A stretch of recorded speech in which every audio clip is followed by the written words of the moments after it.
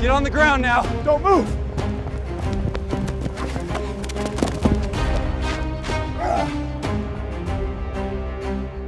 That scene you just saw wasn't real. In fact, we had to use AI to make that scene. But why was that even necessary when there was a time not that long ago when police canines were working all over the United States in situations just like that? Well, because now you just don't see police canines that are Dobermans anymore.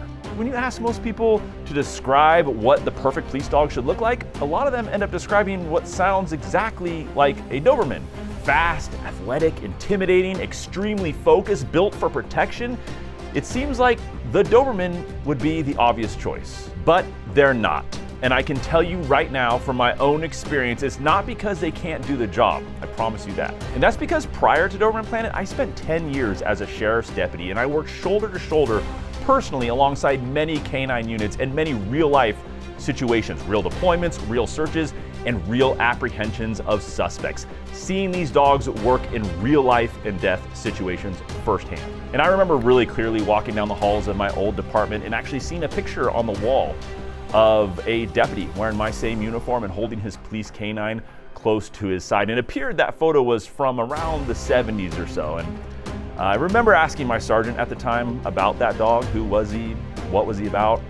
And his words were, that was one badass dog. And in his opinion, it was one of the best dogs the department had ever had. So if that's the case and they were that capable at performing at such a high level, what changed? Well, I'll tell you right now that the real reason police don't use Dobermans anymore has nothing to do with what they were capable of.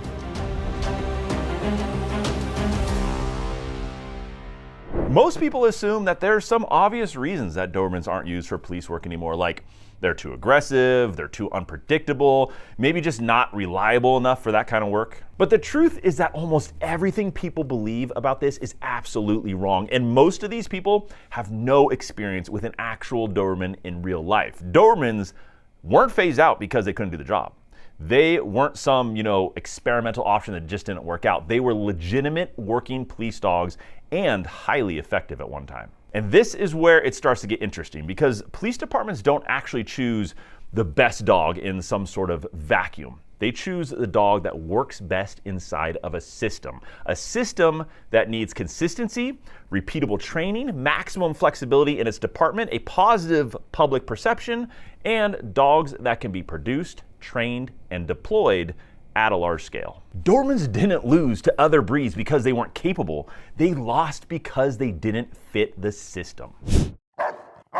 Reason number one, training system compatibility. Now, the first and arguably one of the biggest reasons that Dobermans aren't used as police canines anymore is that modern police canine programs are very structured. The training is standardized, it's pressure-based, and it's designed to produce consistent results across a large number of dogs. And that system works really well for breeds like the Belgian Malinois and the German Shepherd, because those dogs tend to handle that type of training environment very predictably. They can take pressure, they can repeat behaviors over and over, and you get a very consistent product at the end. But Dobermans are a little different. They tend to be more sensitive, more aware of their handler, more mentally engaged with what's happening around them. And they're not just, running a program. They're reading situations, reading people, and responding in a more thoughtful way, a more autonomous way. And while that can absolutely be a huge advantage in the right context, it also makes them less predictable inside a, rigid system that's trying to produce more predictable results over and over again. Much different than the Belgian Malinois and the German Shepherd. Reason two, handler transfer. A huge reason why the Doberman is far from ideal for a police canine role is how police dogs are actually used in the field over time. Handlers change, dogs get reassigned, and departments need flexibility. And the breeds that dominate police work today, they tend to handle that pretty well. They can transition from one handler to another without a massive drop-off in performance or unpredictable results. The Doberman, on the other hand, is known for bonding incredibly strongly to one individual. That's frankly one of their defining traits. And while that's incredible in a personal setting, it can really create serious challenges in a system where dogs aren't always guaranteed to stay with the same handler long term and are still expected, by the way, to perform the exact same way regardless. Reason number three, public image and community policing. This is a really big reason, and it's something that I believe is perhaps the biggest issue working against Dobermans in the role of a police canine. Now, I saw this a lot in my department. Modern policing has shifted a lot. It's shifted towards community interactions, public perception, and maintaining a certain image. And departments are very aware of how they're perceived now by the public, and they're certainly going for more of a softer perception now than they have in the past. And Dobermans, whether it's fair or not, they have a very intense image. They look serious, they look intimidating, they're larger, they're more dense, they got sleek coats and more defined muscle than these other breeds. And they have this habit of kind of staring you right in the eyes at all times. In fact, recently I actually spoke with trainers who worked with a Doberman named Apollo, who was being considered for law enforcement work. And from a performance standpoint, they told me that the dog was extremely impressive, according to them. It was the first Doberman that these police canine trainers had actually put through their program, and according to them, one of the most capable dogs that they had ever seen. They said he was amazing at apprehension, strong on scenting and search and detection work. He was just a great all-around dog. But when this organization actually tried to place this dog, the trainers told me they had huge pushback from departments, and it was all because of perception. These departments wouldn't take Apollo because they felt the dog looked too intimidating and too aggressive and not aligned with the kind of public image that they wanted to present.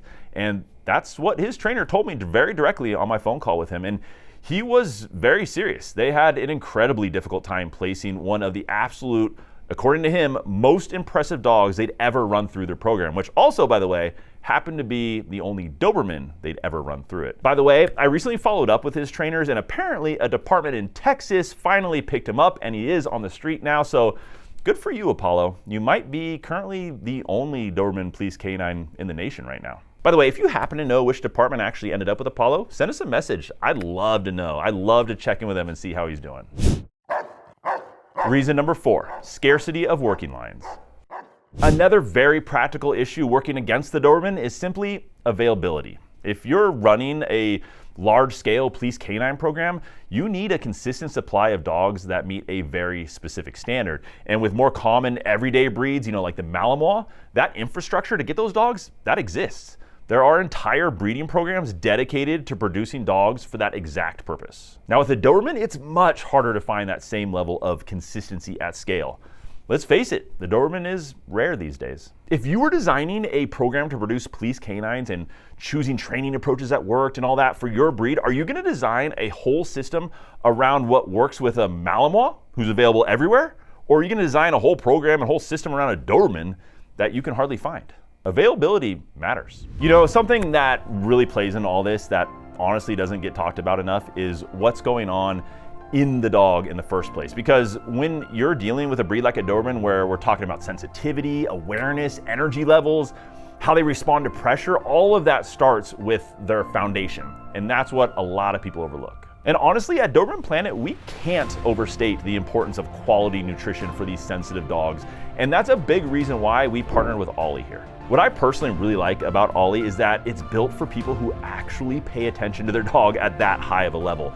Their meals are fresh, they're human grade, formulated with veterinary nutritionists, and they're portioned specifically for your dog. So you're not, guessing at what's in their bowl. You know that your dog is getting top of the line input.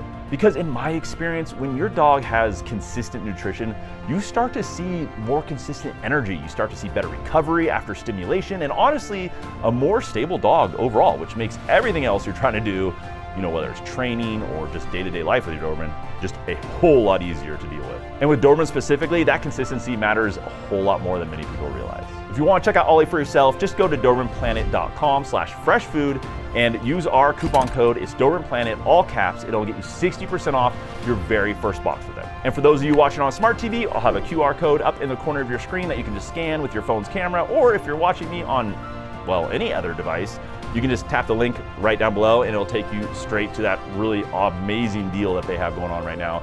And you can try it out for yourself. All right, now there are definitely a couple other factors that also play into this. Reason number 5, environment and lifespan. Believe it or not, Dobermans, as tough as they are, they tend to be less tolerant of extreme cold environments as compared to some other breeds, along with the really quite sad reality that due to certain genetic health concerns that really plague this breed, they have a slightly shorter working lifespan as well. Now, these aren't by any means the primary reason that you don't see Dobermans in law enforcement anymore. For example, these are certainly not near as big of a factor as community perception of a Doberman police canine, but these things do add up and certainly don't really work very well in the Doberman's favor. Why these are advantages for owners.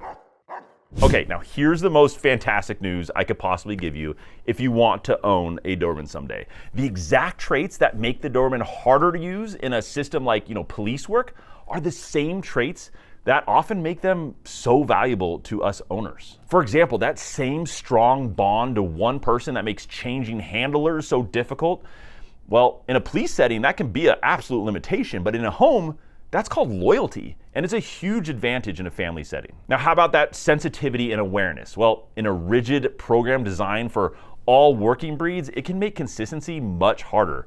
But in real life, for an owner who trains their Doberman themselves, like a Doberman should be trained, and not just like any breed, it means the dog is reading you and understanding you and responding in a way that feels much more connected. Now, how about their ability to pick up on subtle changes in environment and behavior? Well, that's not just obedience, that's real world awareness. And even their intimidating presence, which can be a liability for public perception and law enforcement, can act as an amazing deterrent in a personal protection setting. Now, when you look at it from that perspective as an owner choosing a dog for their family and not a police department choosing a dog, you start to realize something really important. These dogs weren't built to be interchangeable tools inside of a system.